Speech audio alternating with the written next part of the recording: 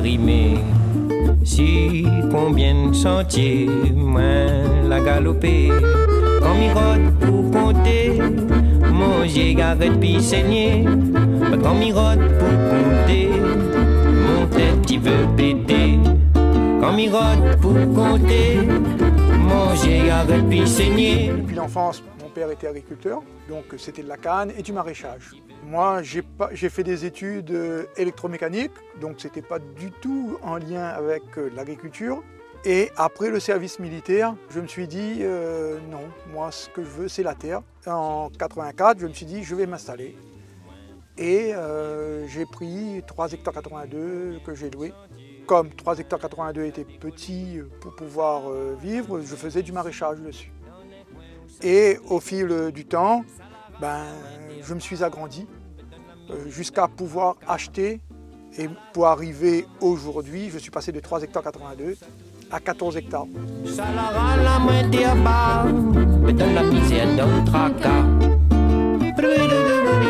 Et est venue l'époque du photovoltaïque. Et comme j'étais contre le photovoltaïque au sol, on m'a dit qu'est-ce que tu proposes? Et c'est là qu'on est arrivé à ce modèle de serre qui a été conçu et par les gens du photovoltaïque, les sociétés de photovoltaïque, et nous agriculteurs.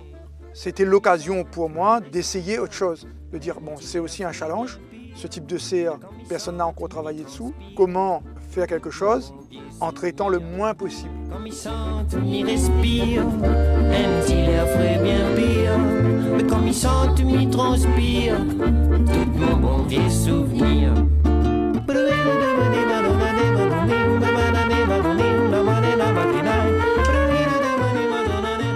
Bon, là on est dans une serre de plantes médicinales avec l'aliapana, le bois de pêche marron, fleur jaune qui est normalement une plante déo de 1000 mètres et qui, même ici, peut fleurir comme vous le voyez. Si vous voulez, sans le photovoltaïque, personnellement, je n'aurais pas pu investir dans une structure pareille. Et allier les deux permet d'avoir une belle structure et pour pouvoir avoir des plantes et ne pas traiter, puisque là, vous voyez, il y a de l'insecte pauvre partout, c'est fermé. C'est déjà un gain en produits phytosanitaires, mais c'est encore plus de pouvoir produire un produit sain aux consommateurs. Parce qu'il a très bagatoué, t'as qu'à moins comme tu veux. Tout bon pour y la moi le soin, moi t'y gagne vol sommeil.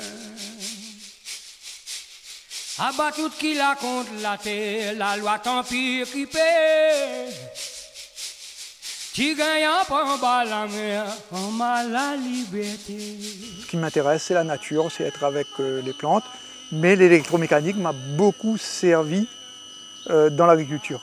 J'ai fait des études électromécaniques, donc je connais l'électricité. Chaque panneau fait 21 volts et on transforme en 15 000 volts pour pouvoir alimenter après le réseau de l'île. Cette ferme, elle peut contribuer à 1000 foyers.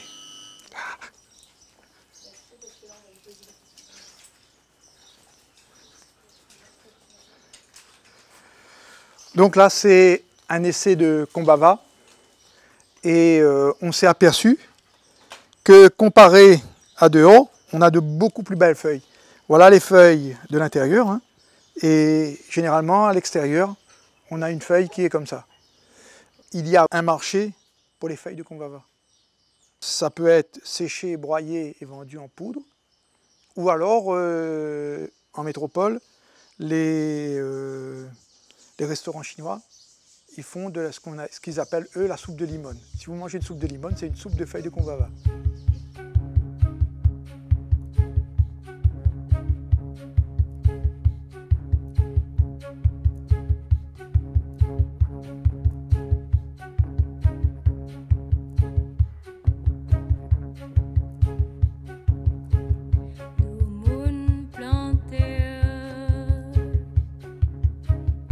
J'ai vu l'agriculture des années 70 à aujourd'hui et quand je regarde l'évolution qu'il y a eu, et aussi l'évolution des mentalités.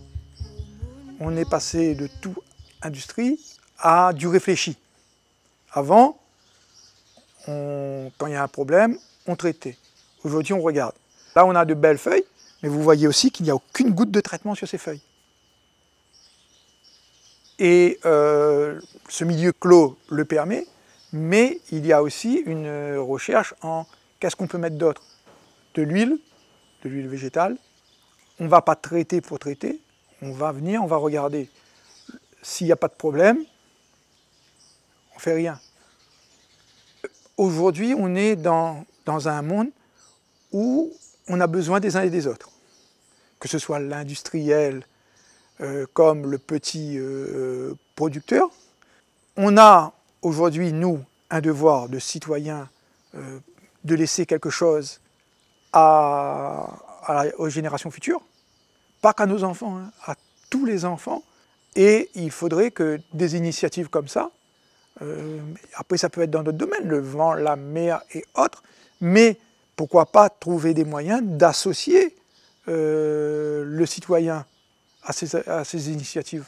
L'innovation va tellement vite aujourd'hui qu'il faut que chaque citoyen puisse apporter sa pierre.